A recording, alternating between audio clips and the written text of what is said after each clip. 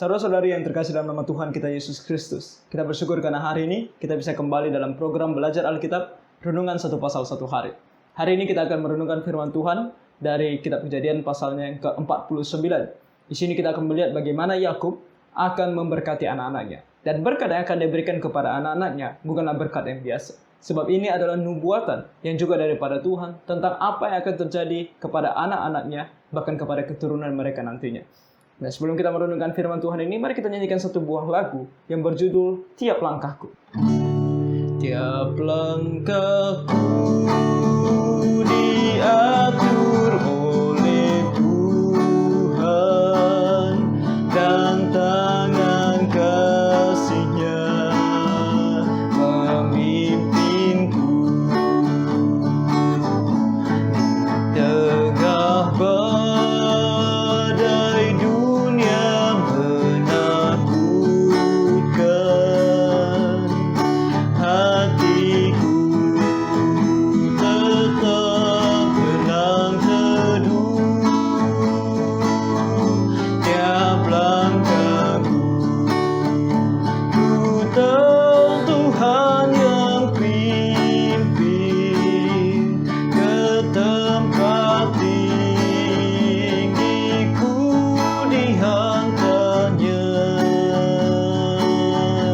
hingga sekali nanti aku tiba di rumah Bapa surga yang megah. Di dalam Tuhan saja harapanku, sebab di tangan-Nya sejahtera. Dibukanya Yerusalem yang baru, kota Allah suci mulia. Tiap langkahku ku tahu Tuhan yang pimpin ke tempat tinggiku dihantarnya, hingga sekali nanti aku tiba di rumah Bapa surga yang megah. Nah, tiap langkah kita diatur oleh Tuhan. Dia yang menuntun, Dia yang memimpin, dan Dia akan membuat segala sesuatunya indah pada waktunya dalam kehidupan kita. Nah, hari ini kita akan merenungkan firman Tuhan dari kitab Kejadian pasalnya yang ke-49. Mari kita sama-sama membukanya. Kita akan membacanya bersama-sama dan merenungkannya bersama-sama. Ayat yang pertama. Kemudian Yakub memanggil anak-anaknya dan berkata, "Datanglah berkumpul, supaya kuberitahukan kepadamu apa yang akan kamu alami di kemudian hari." Jadi jelas di sini bahwa berkat yang akan diberikan oleh Yakub kepada anak-anaknya bukanlah sembarangan berkat, melainkan ini adalah sebuah nubuatan akan apa yang akan terjadi kepada mereka di masa yang akan datang, bagi mereka dan terlebih kepada keturunan mereka, bagi keturunan-keturunan mereka, terlebih nantinya ketika mereka sudah masuk ke dalam tanah Kanaan. Di sini dikatakan mulai dari ayat yang kedua, dia berkata bahwa di sana berhimpunlah kamu dan dengarlah, ya anak-anak Yakub, dengarlah kepada Israel ayahmu. Jadi dia akan memulai berkatnya atau nubuatannya tentang apa yang akan terjadi dengan mereka. Dan ini adalah pimpinan tangan Tuhan kepada Yakub.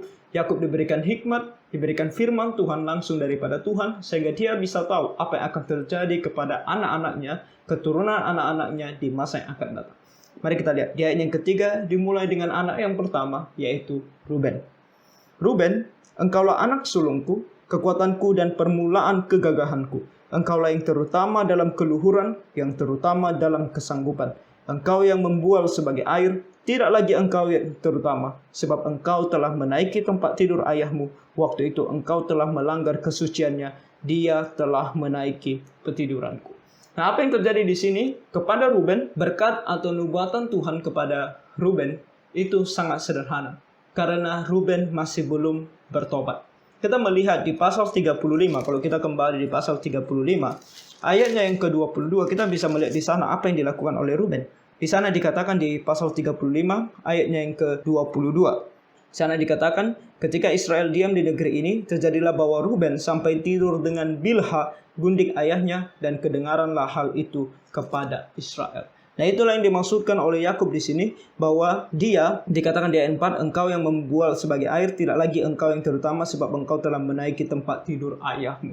Karena dia bersetubuh dengan Bilha yang merupakan gundik daripada ayahnya sendiri. Bisa dikatakan ibu tirinya.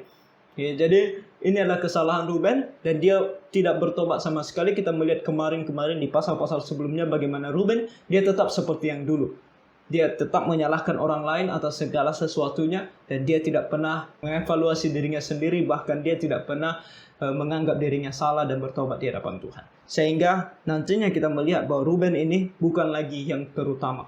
Oke, jadi di sini itulah Ruben. Kemudian ayat 5-7 menjelaskan kepada kita atau sebuah nubuatan untuk dua orang anaknya Yakub, yaitu Simeon dan Lewi. Kita lihat di ayat 5 dikatakan Simeon dan Lewi bersaudara, senjata mereka ialah alat kekerasan. Kita mengingat bagaimana mereka memperlakukan orang Sikem. Oke, mereka begitu licik di dalam membunuh setiap laki-laki yang ada di Sikem. Kemudian janganlah kiranya jiwaku turut dalam permupakatan mereka, janganlah kiranya rohku bersatu dengan perkumpulan mereka, sebab dalam kemarahannya mereka telah membunuh orang, dan dalam keangkaraannya mereka telah memotong urat keting lembu. Terkutuklah kemarahan mereka sebab amarahnya keras, terkutuklah keberangan mereka sebab berangnya bengis. Aku akan membagi-bagikan mereka di antara anak-anak Yakub dan menyerahkan mereka di antara anak-anak Israel. Kita mengingat juga ketika mereka memperlakukan orang Sikem demikian dan Yakub begitu marah kepada mereka. Jawaban mereka kepada Yakub adalah bukan mereka menyesali apa yang mereka telah perbuat, melainkan mereka mengatakan sebab mereka layak mendapatkannya. Sesederhana itu mereka mengatakannya setelah mereka membasmi seluruh laki-laki yang ada di kota tersebut. Dan ini adalah sebuah hal kembali. Tanpa pertobatan kemudian Tuhan tidak akan memakai kita. Dan di sini kita melihat bahwa Simeon dan Lewi, mereka tidak bertobat dan kemudian apa yang terjadi dengan mereka ketika mereka masuk nanti di tanah Kanaan, mereka tidak akan memiliki tanah untuk mereka miliki sendiri. Artinya mereka tidak mempunyai daerah di mana mereka bisa berkumpul sebagai satu suku. Mereka akan tersebar di suku-suku lain. Kita melihat bahwa di dalam Ulangan pasal 26 bahkan kita melihat bahwa Simeon ini akan menjadi suku yang paling terkecil jumlahnya. Oke, kemudian dalam Ulangan 33 kita akan melihat bahwa Simeon tidak disebutkan dalam berkat yang disampaikan oleh Musa. Dan juga kita melihat bahwa nanti mereka orang-orang Simeon ini akan seperti kehilangan identitas mereka sehingga mereka berada di dalam daerah, terlebih di daerah Yehuda, dan mereka seolah-olah seperti suku yang tidak ada di sana. Itu yang terjadi dengan Simeon. Tetapi kalau Lewi, kita melihat nanti ada sebuah perubahan. Karena kalau kita membaca nantinya dalam Keluaran pasal 30, kita akan melihat bahwa Lewi akan berubah. Di mana dia akan menjadi seorang yang begitu berani berdiri di samping Allah. Seorang yang berani melakukan apa saja untuk Allah. Dan itu akan membuat Lewi menjadi seorang atau suku Lewi menjadi suku yang begitu diberkati Allah. Sebab mereka akan menjadi suku yang darinya akan berasal para imam. Mulai dari pemimpin atau imam kepala dan juga para imam lainnya, orang-orang Lewi. Kita mengenal mereka. Jadi ada perubahan nanti. Kembali penekanannya adalah jikalau kita ada perubahan, kita ada pertobatan, kita sungguh-sungguh bertobat dari segala dosa kita dan kembali kepada Tuhan, maka Tuhan akan kembali memakai kita. Jadi Tuhan itu Maha Pengasih dan Maha Penyayang. Tidak ada dosa yang di hadapan Tuhan tidak bisa diampuni. Semua dosa diampuni oleh Tuhan. Seberapapun kita merasa dosa itu begitu besarnya dan begitu hebatnya, kalau kita percaya kepada Tuhan dan bertobat kepadanya, maka Dia akan mengembalikan kita untuk bisa dipakai olehnya untuk kemuliaan namanya tentunya. Dan di sini kita melihat bahwa Simeon tidak melakukan tersebut, Ruben tidak melakukannya, Lewi saat ini tidak melakukannya, tetapi nanti melakukannya, yaitu pertobatan, dan dia kembali dipakai oleh Tuhan. Kita lanjutkan di ayat ke-8 sampai ayat yang ke-12 berbicara tentang anak yang keempat, yaitu Yehuda. Jadi kita melihat anak pertama Ruben, kemudian anak kedua Simeon, anak ketiga Lewi. Mereka semua oleh karena dosa mereka dan karena mereka tidak bertobat, hak kesulungan diambil daripada mereka. Seharusnya setelah Ruben ada Simeon, tapi Simeon tidak layak. Harusnya ada Lewi. Lewi juga tidak layak. Sekarang Yehuda. Dan Yehuda kita melihat di sini. Yehuda adalah seperti anak singa. Nah, kata anak singa itu adalah sebuah perkataan yang tertuju kepada Tuhan Yesus yang akan datang. Sebab dalam Wahyu pasal 5 ayat 5 dikatakan bahwa dia adalah singa dari Yehuda. Singa dari suku Yehuda. Jadi jelas bahwa ini adalah sebuah nubuatan yang bukan hanya tentang keturunan Yehuda yang selanjutnya, tetapi juga jauh ke depan kepada Mesias.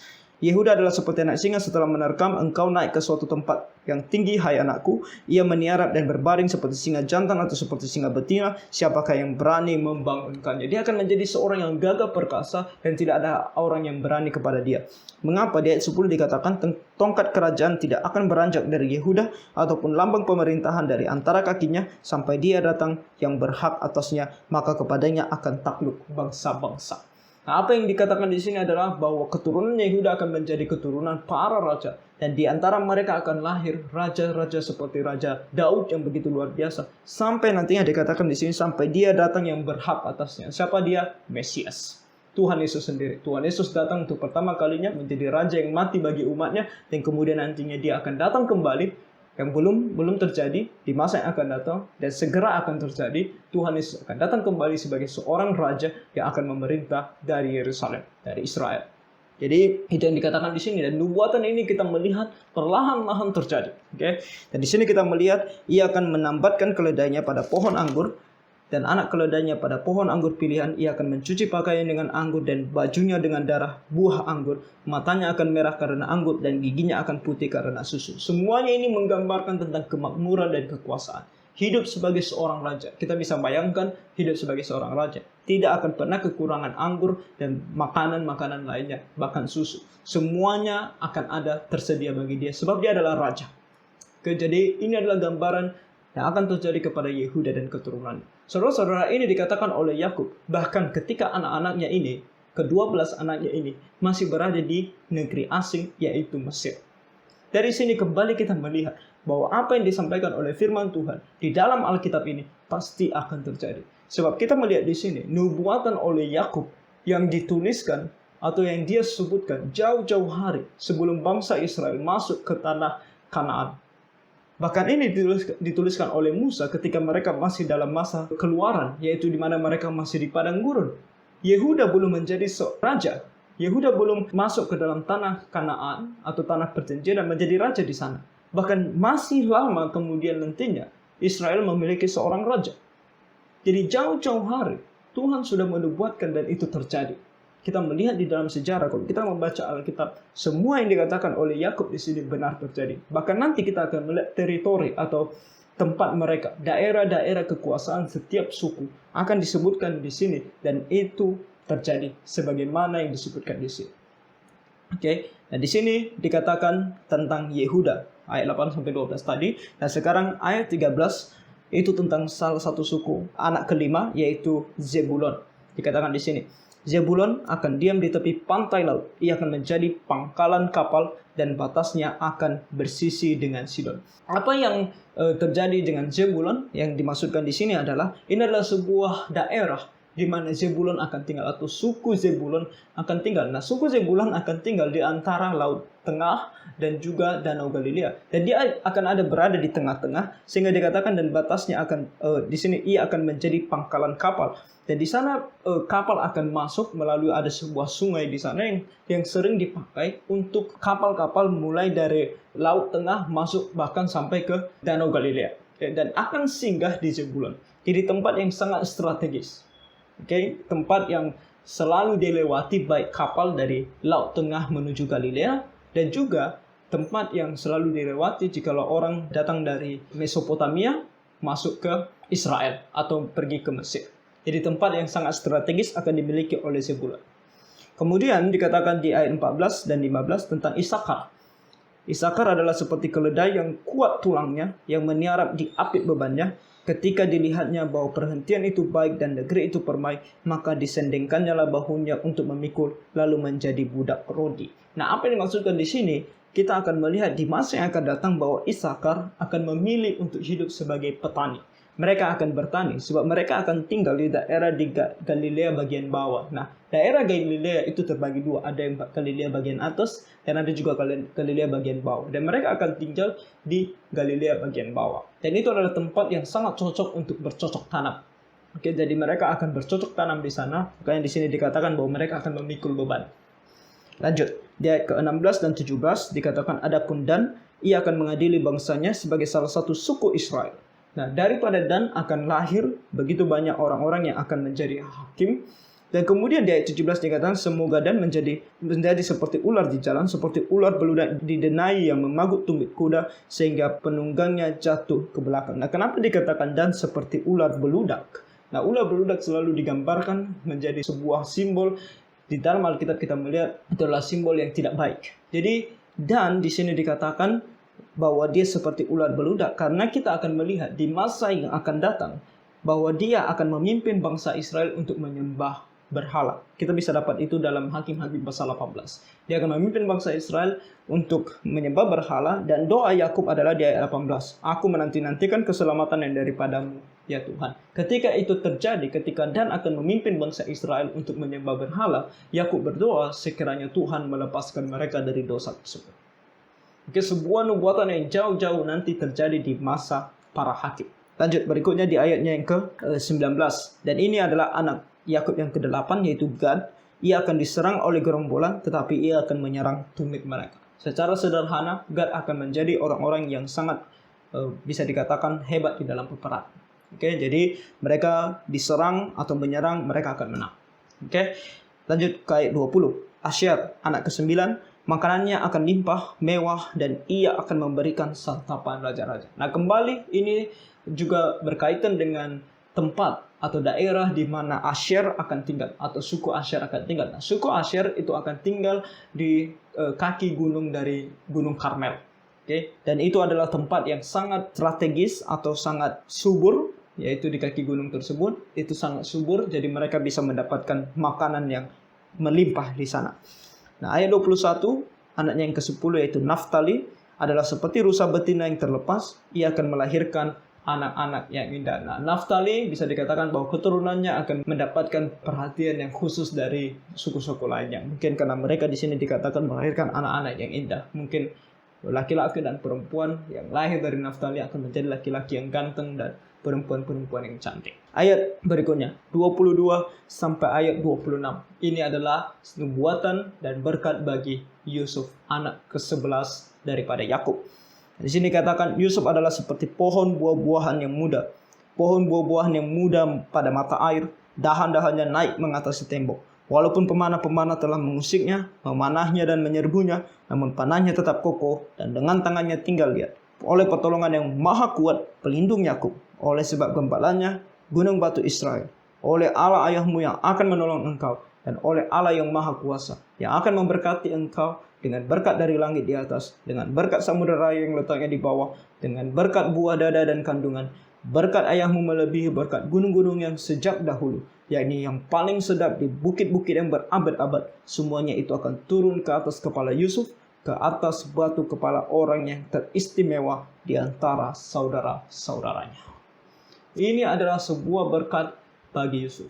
Sebab sudah dikatakan sejak awal ketika Yusuf masih anak-anak atau anak remaja umur 17 tahun, di mana Tuhan memberitahukan kepada dia bahwa suatu hari engkau akan menjadi pemimpin, bukan hanya kepada orang lain tetapi juga di antara saudaramu. Engkau akan menjadi pemimpin di antara mereka.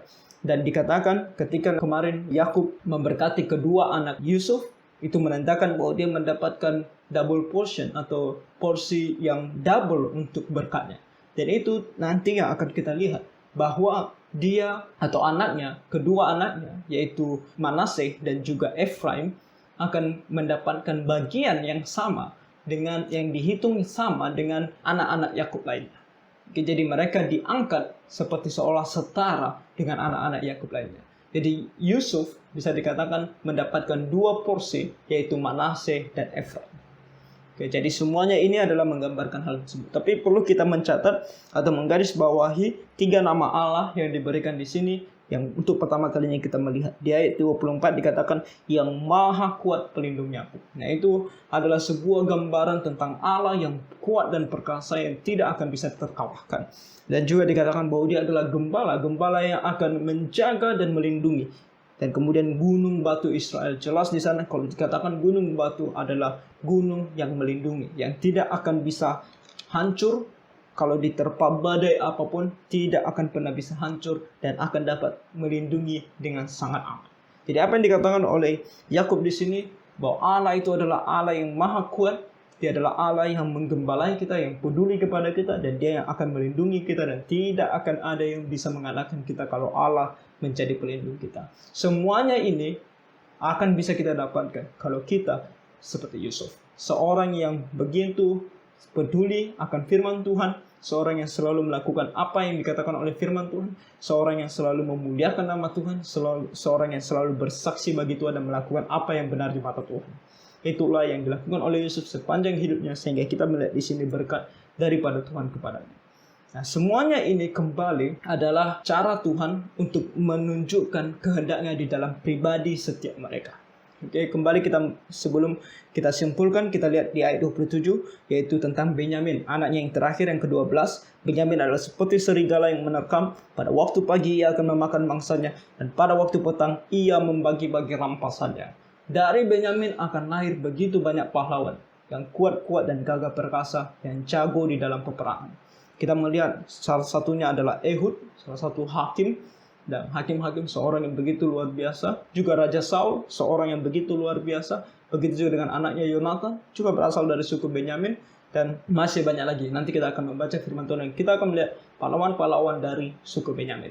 Jadi segala sesuatu yang disampaikan oleh Yakub di sini adalah nubuatan yang terjadi di dalam kehidupan mereka, di dalam kehidupan keturunan mereka.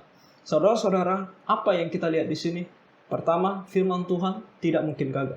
Apa yang dikatakan oleh Tuhan pasti akan terjadi. Apa yang dia katakan melalui Yakub di sini terjadi, dan apa yang dia katakan melalui para nabinya dan juga para rasulnya dalam firman Tuhan dalam Alkitab ini pasti akan terjadi. Oleh karena itu tentang keselamatan juga pasti akan terjadi. Kita melihat contoh Ruben, Simeon, Lewi tidak bertobat, maka mereka tidak dipakai oleh Tuhan. Lewi nantinya bertobat dan dipakai oleh Tuhan. Yehuda kita melihat di awal dia begitu buruk, namun kemudian dia bertobat dan dia kembali dipakai oleh Tuhan. Bahkan dari keturunannya akan lahir sang Mesias. Dia akan menjadi pemimpin. Bahkan ketika mereka nanti berjalan di padang gurun, Yehuda lah yang akan memimpin mereka, suku Yehuda.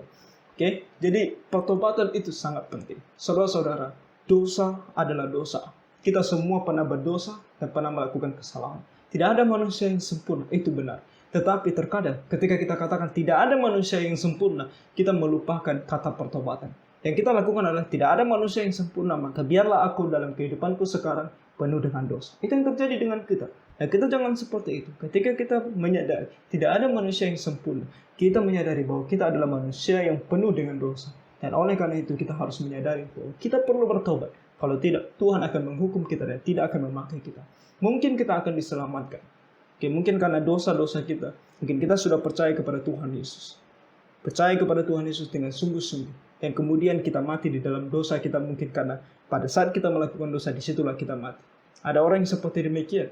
Walaupun dosanya bisa dikatakan bukan dosa untuk menyangkal Tuhan Yesus. Mungkin dia akan masuk surga. Sebab di dalam firman Tuhan yang disebut sebagai seperti ditarik daripada api. Itu adalah orang yang sudah percaya, sungguh-sungguh percaya kepada Tuhan Yesus, selalu jatuh ke dalam dosa, sempat bertobat dan dia mati. Namun kesaksiannya buruk. Dan dia tidak dipakai oleh Tuhan dalam kehidupannya. Namun kita sebagai orang yang sudah sungguh-sungguh percaya kepada Tuhan Yesus, selagi masih ada kesempatan, adalah baik bagi kita untuk betul-betul bertobat. Dan kemudian Tuhan akan memakai kita sepanjang hidup kita di dalam dunia ini untuk menjadi saksi baginya. Oke, jadi itu yang kita bisa lihat di sini. Dan kemudian kita melihat di ayat 26, itulah semuanya suku Israel, 12 jumlahnya. Dan itulah yang dikatakan ayatnya kepada mereka, ketika ia memberkati mereka, tiap-tiap orang diberkatinya dengan berkat yang diuntukkan kepada mereka masing-masing. Di dalam pasal ini kita melihat secara ofisial, di mana Tuhan menunjukkan atau memberitahukan kepada kita bahwa Israel akan memiliki 12 suku. Dan ini adalah ke-12 sukunya. Dan kemudian di ayat 29 sampai seterusnya kita akan membaca tentang kematian Yakub sampai ayat 33. Kemudian berpesanlah Yakub kepada mereka, apabila aku nanti dikumpulkan kepada kaum leluhurku, kumpulkanlah aku di sisi nenek moyangku, dalam gua yang di ladang Efron orang Het itu, dalam gua yang di ladang Makpela di sebelah timur Mamre di tanah Kanaan, ladang yang telah dibeli Abraham dari Efron orang Het itu untuk menjadi kuburan milik. Disitulah dikuburkan Abraham beserta Sarah istrinya. Disitulah dikuburkan Ishak beserta Ribka istrinya. Dan disitulah juga dikuburkan Lea. Ladang dengan gua yang ada di sana telah dibeli dari orang Het. Di sini kembali kita melihat bahwa Yakub kembali mengutarakan atau menunjukkan imannya, bahwa sesungguhnya dia begitu percaya kepada janji Allah bahwa anak-anaknya, keturunannya akan menduduki tanah tersebut. Dia berkata bahwa itu adalah kampung halaman. Di sanalah aku harus dikuburkan. Iman adalah melihat segala sesuatu yang dijanjikan oleh Allah dengan sangat sederhana, percaya. Walaupun belum terjadi, tetap percaya. Itu adalah iman, sesederhana itu. Percaya kepada apa yang dijanjikan oleh Allah, yang dijanjikan oleh Allah, yang tertulis di dalam firman, yang dia beritahukan kepada kita di dalam firman. Yang dia tidak beritahukan, jangan kita bilang kita beriman terhadapnya. Jangan itu hanya halusinasi dan imajinasi kita saja. Oke, kembali kepada apa yang dituliskan di dalam Alkitab, apa yang difirmankan oleh Allah. Ayat 33, setelah Yakub selesai berpesan kepada anak-anaknya, ditariknyalah kakinya ke atas tempat berbaring dan meninggallah ia. Maka ia dikumpulkan kepada kaum leluhurnya. Meninggallah Yakub, umurnya 147 tahun. Dan dia meninggal setelah dia memberkati semua anaknya dan memberikan nubuatan tentang apa yang akan terjadi kepada mereka dan keturunan mereka. Jadi saudara-saudara, inilah riwayat kehidupan Yakub bersama dengan anak-anaknya. Nanti atau besok kita akan membaca pasal terakhir dari kitab Kejadian, yaitu pasal 50. Tidak terasa kita sudah belajar 49 hari, 49 pasal dari kitab Kejadian, dan besok kita akan mempelajari atau merenungkan pasalnya yang terakhir dari kitab Kejadian. Bagi kita yang terlambat dan tidak mengikuti selama ini, tidak masalah, bisa pergi untuk melihat. Nanti saya akan sertai linknya di bawah di kolom deskripsi, link yang memuat seluruh pasal yang kita renungkan bersama-sama. Tidak apa, perlahan-lahan mempelajari firman Tuhan pasal demi pasal. Jadi kalaupun terlambat tidak masalah, masih bisa terus diakses di link yang saya akan taruh di deskripsi. Jadi kiranya Tuhan menolong kita. Hari ini kita belajar bahwa kita jangan seperti Ruben, Simeon yang tidak bertobat, melainkan seperti Yehuda yang bertobat, seperti Lewi nantinya kalau kita mempelajari kitab Keluaran, dan bahkan kalau boleh seperti Yusuf, seorang yang dari awal begitu taat dan patuh kepada firman Tuhan. Jadi Tuhan akan mengasihi kita, menolong kita, dan memakai kita untuk kemuliaan namanya. Jadi kiranya Tuhan menolong kita semua. Tuhan memberkati.